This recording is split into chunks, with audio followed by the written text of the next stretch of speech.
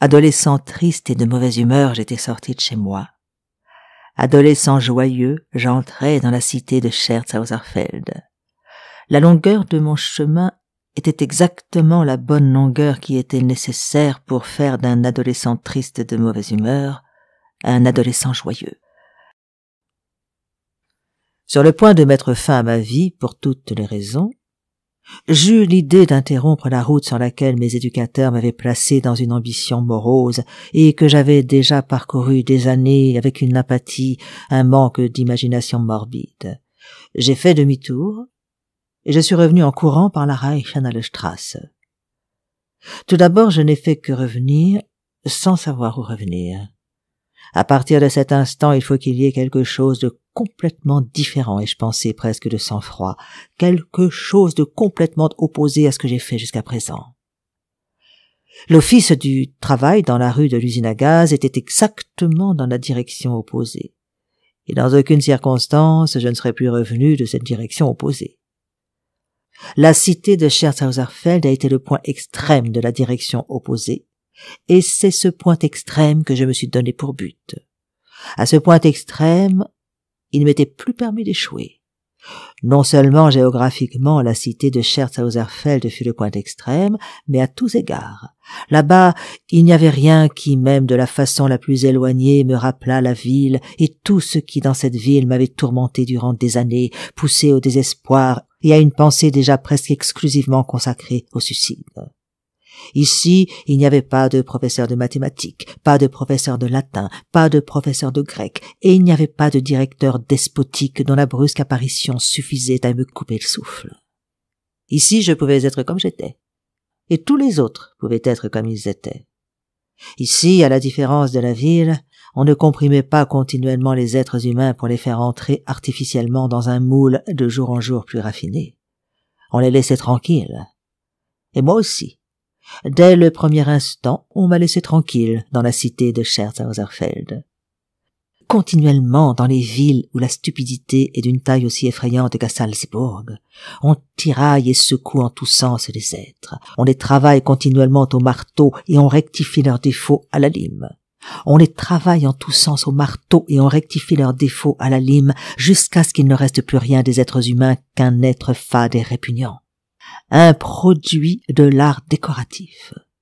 Sans aucunement parler des petites villes où tout est grotesque, tout dans les villes de moyenne importance est concentré pour faire des hommes des produits de l'art décoratif. Dans ces villes, tout est dirigé contre la nature humaine, et déjà les grands adolescents ne sont plus qu'art décoratifs de A à Z. L'homme d'aujourd'hui ne peut plus se conserver qu'à la campagne à 100% ou dans la grande ville à 100%, uniquement dans la campagne à 100% qui existe encore et dans la grande ville à 100% qui existe également. Dans ces conditions semblables, les hommes naturels existent encore derrière le massif du Hausruck et par exemple à Londres. Vraisemblablement en Europe il n'existe plus qu'à Londres et derrière le massif du Hausruck, car Londres est aujourd'hui en Europe la seule grande ville réelle. Elle n'est pas sur le continent, mais elle est quand même en Europe, et derrière le massif du Hausruck, je trouve encore la campagne à 100%. Autrement, nous n'avons plus dans toute l'Europe que des hommes artificiels. Des hommes que les écoles ont fait des hommes artificiels.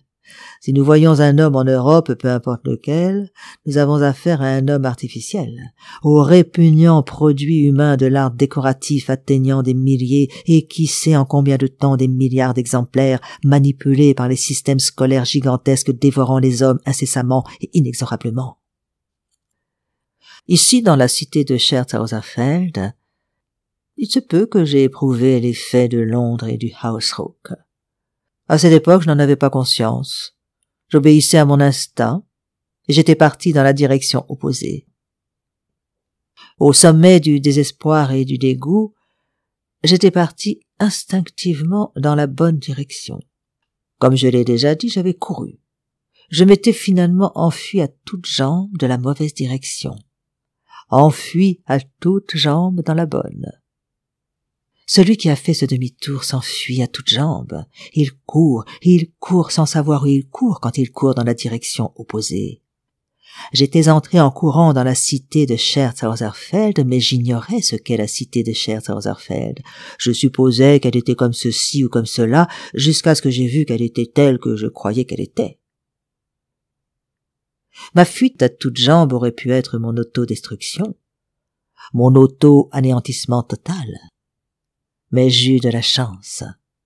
J'étais arrivé à l'instant qu'il fallait, chez les gens qu'il fallait. J'avais tout misé sur une seule carte comme je l'ai toujours fait ensuite, et j'ai eu de la chance. Parce que je n'ai pas cédé un instant. Parce que je ne me suis pas permis une faiblesse.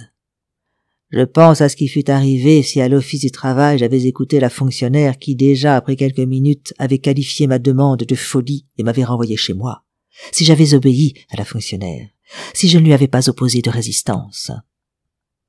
Je restai dans son bureau jusqu'à ce qu'elle m'eût donné la bonne adresse, à savoir l'adresse opposée. Elle m'avait pas compris, mais je savais qu'elle allait me donner l'adresse opposée avant que je quitte son bureau. Je ne quitterais pas son bureau avant. J'étais décidé à la contraindre de me donner la bonne adresse dans la direction opposée. Je l'aurais contrainte par la force. Il a dû souvent lui arriver qu'un élève désespéré vienne avec la volonté de changer sa vie empoisonnée ou son affreuse existence et dès le premier instant faiblisse devant elle. Tous ces êtres détruits que nous connaissons ont faibli, cédé, à l'instant décisif. Mais il n'est pas permis de céder à l'instant décisif. C'est ainsi qu'elle avait tiré tout à coup la bonne adresse, mon gros lot, de sa boîte à fiches. Karl Podla A, cité de Scherzhauserfeld, bloc B. Les débuts dans le sous-sol furent pénibles, je ne dois pas le passer sous silence.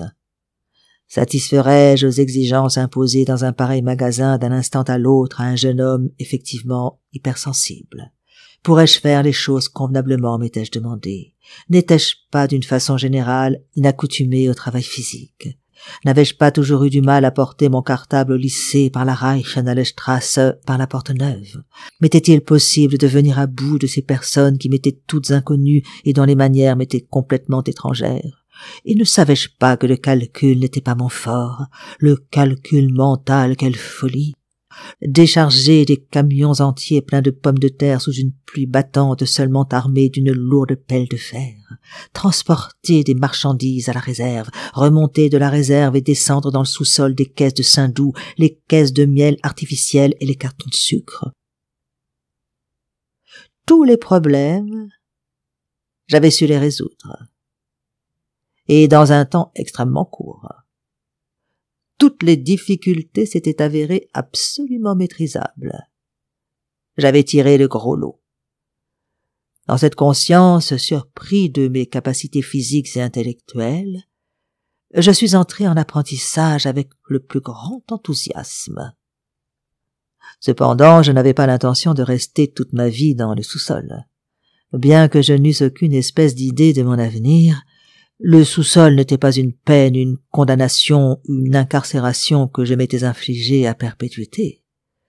Si je devais passer, ou si je devais être condamné à passer toute ma vie dans ce sous-sol ou dans un autre, il n'était pas prévisible. Donc il était d'autant plus nécessaire que j'eusse une activité opposée. La musique était l'activité opposée qui correspondait le plus à ma nature, mon talent, mon inclination. De sa propre initiative ou sur mon désir, je ne sais plus, mon grand-père avait fait mettre dans un journal une annonce par laquelle il cherchait pour moi un professeur de chant. Déjà, il voyait en moi une espèce de Chaliapine salzbourgeois, et le nom sous lequel on devait écrire au journal était Chaliapine. Je m'en souviens parfaitement. C'est ainsi qu'à partir d'un quelconque lundi ou mardi, j'allais à ma leçon de chant après la fermeture du magasin. À présent, j'apprenais de ma propre initiative le métier de commerçant, et tout autant de ma propre initiative, j'étudiais la musique. J'apprenais l'un avec la plus grande décision, tout aussi à fond que j'étudiais l'autre avec la plus grande décision. Volontairement. C'est cela qui avait compté. Je me faisais pas de cadeaux. Cela m'a sauvé. Et jusqu'à un certain degré m'a rendu heureux. Ce fut une heureuse époque dans laquelle je ne me fis pas de cadeaux. J'apprenais le métier de commerçant et j'étudiais en même temps la musique, et je ne jouais pas l'un contre l'autre aucun de ces deux faits d'une gravité extrême.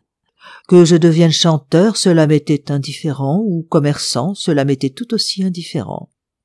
Mes études musicales furent utiles à mon existence d'apprenti. Inversement, mon existence d'apprenti fut utile à mes études musicales. Je me trouvais en équilibre. La nature ne connaît pas de différence de valeur.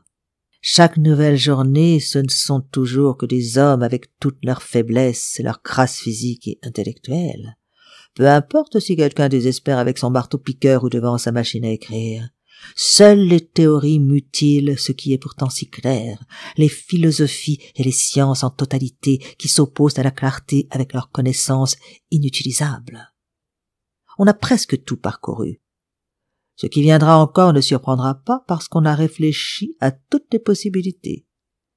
Celui qui a fait tant de choses de travers, qui a irrité, dérangé, détruit et anéanti, s'est tourmenté, a étudié, s'est lui-même liquidé, s'est à moitié tué, s'est trompé, s'est gêné et de nouveau ne s'est pas gêné, se trompera dans l'avenir, fera beaucoup de choses de travers, irritera, dérangera, détruira et anéantira, se tourmentera, étudiera, se liquidera, se tuera à moitié et jusqu'à la fin continuera à faire tout cela. Mais en fin de compte, tout est égal. On retourne les cartes peu à peu. L'idée a été de dépister l'existence, sa propre existence, comme celle des autres.